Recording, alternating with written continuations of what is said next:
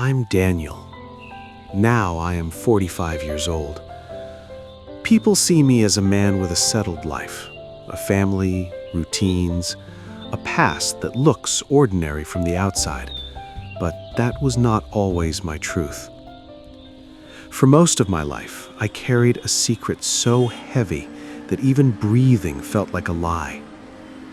I was born a girl, the only child of my parents. From the beginning, my life was shaped by rules meant for someone I never felt I was. I studied in a girls' convent school. White uniforms, long hair neatly tied, folded hands during morning prayers. We were taught how to sit properly, how to walk quietly, how to lower our eyes when spoken to. I learned every rule. I followed them all. On the outside, I was exactly what they wanted me to be. Inside, I felt trapped. It was as if I had been placed into a body and a role that didn't belong to me. I didn't know how to explain that feeling, not to my parents, not to my teachers, not even to myself. I just knew I was different. Being called a girl made me uncomfortable. Being treated like one felt wrong in a way I couldn't describe. So I chose silence. I watched other children laugh, talk, complain about small things, while I stayed quiet, careful not to reveal something I didn't yet understand. Sometimes I stood in front of a mirror and felt disconnected, like I was watching someone else's life play out in front of me. Then puberty came, and everything became harder. My body started changing in ways that confused and frightened me. My periods were irregular, sometimes disappearing for months, sometimes returning without warning. Along with that came anger I couldn't control, restlessness that never let me sit still, and a growing distance between who I was expected to be and who I felt I was becoming. I didn't understand attraction either, not at first. Then I realized I was drawn to girls. That realization filled me with fear. I kept asking myself the same question over and over: what is wrong with me? I prayed harder. I blamed myself. I tried to behave correctly, hoping the discipline would fix whatever was broken inside me. Nothing worked. The feeling didn't go away. It only grew stronger. When I was 16, my parents noticed something was not right. They took me to a doctor. I remember sitting quietly while adults spoke over my head, using words I didn't fully understand. I felt invisible in that room, like an object being examined rather than a person being listened to. Later, the doctor explained that my testosterone levels were unusually high, higher than the average man's. That sentence stayed with me. For the first time, something inside me felt explained. Not cured, not solved, but seen. No one asked me how I felt. Life continued as it always had.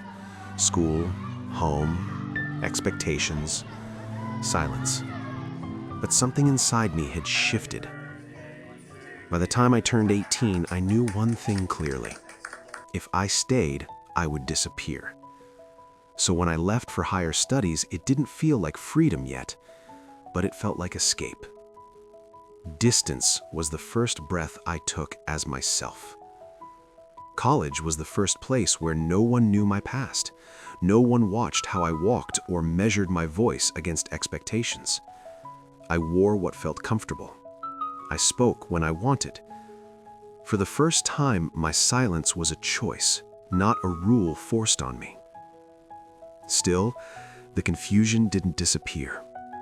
Freedom gave me space, but it also gave my thoughts room to grow louder.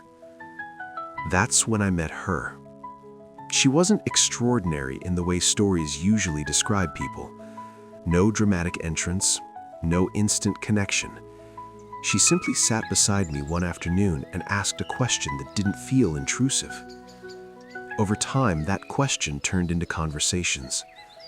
Conversations turned into late nights. Late nights turned into trust. She became my best friend. With her, I didn't have to perform. I didn't have to explain every pause. She listened in a way that made silence feel safe.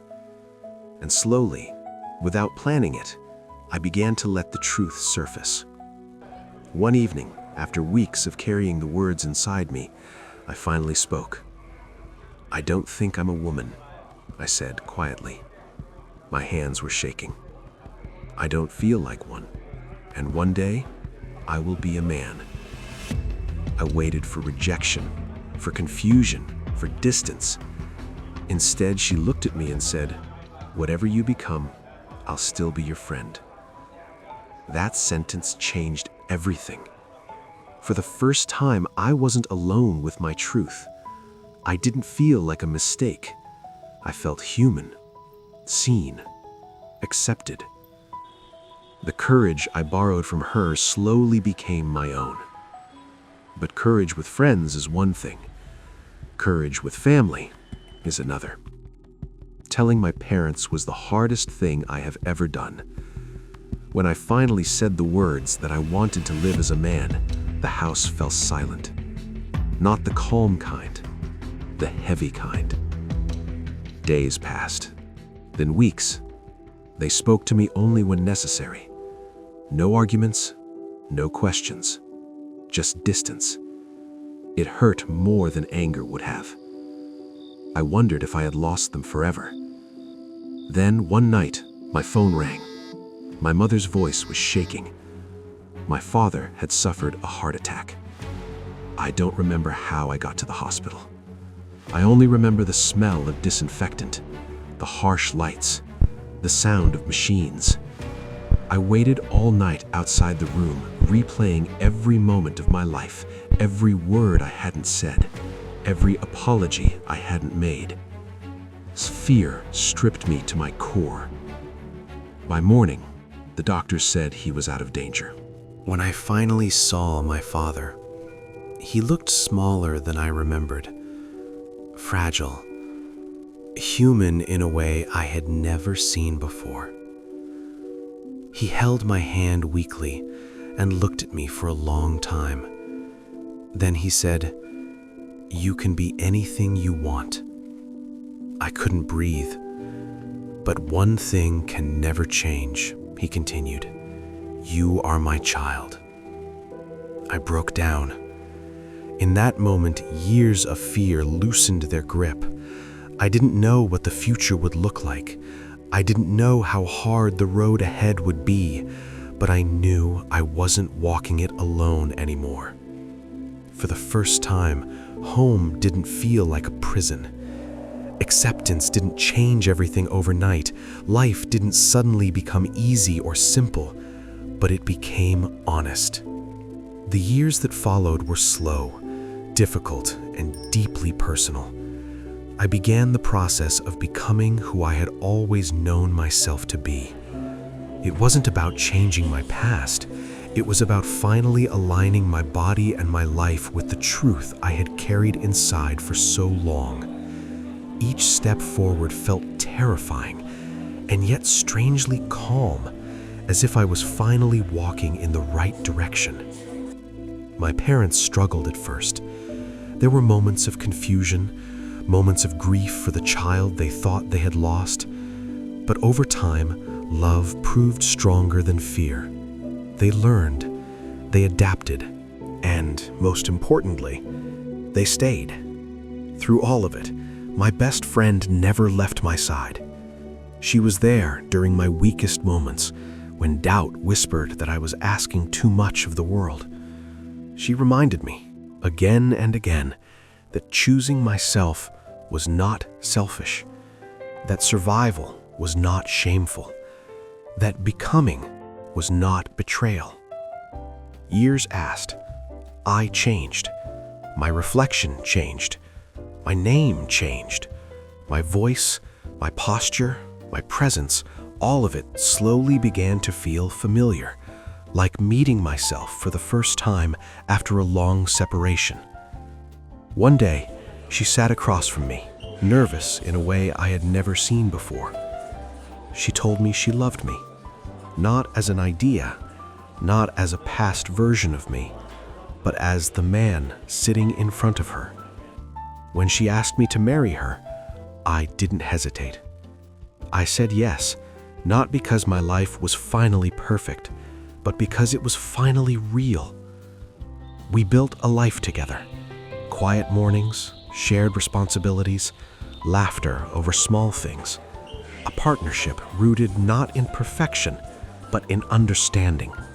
Love that had grown through truth, patience, and time. Years later, we adopted a little girl. The first time she held my finger with her tiny hand, something inside me healed in a way I didn't know was possible. I wasn't afraid of the past anymore. I wasn't running from who I had been. I was simply present, fully, completely. Today, when people look at me, they see a man with a family. And they're right. What they don't see are the years of silence, the fear, the waiting, the courage it took to choose honesty over safety. But that's okay. My story doesn't need permission to exist. I am not defined by the body I was born into. I am not defined by the expectations placed on me. I am defined by the life I chose to live truthfully. And if there is one thing I have learned, it is this. You can lose years hiding, or you can risk everything to become yourself. I chose to live